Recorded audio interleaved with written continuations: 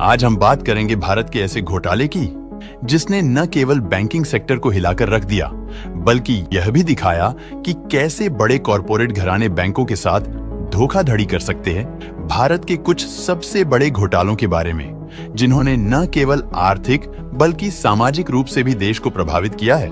ABG shipyard घोटाला पहला घोटाला है। एबीजी शिपयार्ड घोटाला एबीजी शिपयार्ड घोटाला देश का अब तक का सबसे बड़ा घोटाला माना जाता है। पानी के जहाज बनाने वाली कंपनी एबीजी शिपयार्ड ने 28 बैंकों को चूना लगाकर करीब 22,842 करोड़ रुपए की धोखाधड़ी की। इस घोटाले में बैंकों के एक समूह से लिए गए ऋणों का दुरुपयोग किया गया और धन को अन्य संबंधित कंपनियों में स्थानांतरित कर दिया गया। नीरव मोदी पीएनबी घोटाला दूसरा बड़ा घोटाला है। नीरव मोदी का पीएनबी घोटाला जिसमें 11,400 करोड़ रुपए की धोखाधड़ी हुई। इस घोटाले में बैंक के कुछ कर्मचारियों ने नीरव मोदी को बिना उचित गारंटी के लेटर ऑन अंडरटेकिंग जारी किए। विजय माल्या घोटाला तीसरा घोटाला है। विजय माल्या का घोटाला जिसमें 9,000 करोड़ रुपए की धोखाधड़ी हुई। एक समय था जब लोग उन्हें किंग ऑफ गुड टाइम्स कहते थे, लेकिन आज चीजें उनके लिए अच्छी होने से कोसों दूर हैं। देश में धोखाधड़ी और मनी लॉन्ड्रिंग का आरोप लगने के बाद 2016 में माल्या देश से फरार हो गया और ब्रिटेन में शरण ली। इसमें विजय माल्या ने बैंकों से ऋण लिया और फिर उसे चुकाए बिना देश से भाग गए।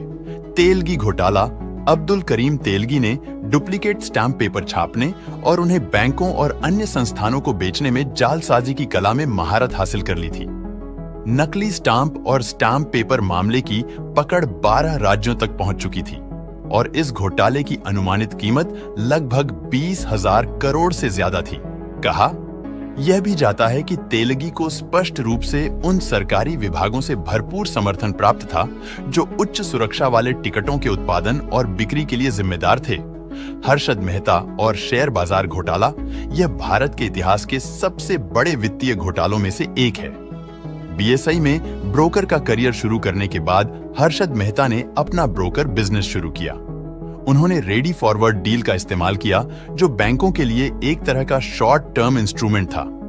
हर्षद मेहता ने पैसा बनाने के लिए आरएफ सौदे में खामियों की खोज की और उन्होंने इन खामियों का इस्तेमाल किया। उन्होंने आरएफ डील को एक चेन सिस्टम के रूप में इस्तेमाल किया जिससे उन्हें बहुत सारा पैसा जमा करने में मदद मिली। यूपीआई घोटाला यूपीआई लेन देन का फायदा उठाकर लोगों को धोखा दिया। इसमें नकली कैशबैक ऑफर्स और क्यूआर कोड के जरिए लोगों से पैसे ठगे। इस घोटाले ने हमें यह सिखाया कि बैंकिंग सिस्टम में कितनी बड़ी खामियां हो सकती हैं और कैसे इन खामियों का फायदा उठाकर बड़े घोटाले किए जा सकते हैं। इस घोटाले के बाद से बैंकिंग नियमों में कई सुधार किए गए हैं और आगे भी इस तरह के घोटालों को रोकने के लिए कड़े कदम उठाए जा रहे हैं। आशा करते हैं कि आपको यह वीडियो पसंद आएगा। अगर आपको यह वीडियो अच्छा लगा हो तो लाइक करें, शेयर करें और हमारे चैनल को सब्सक्राइब करना न भूलें।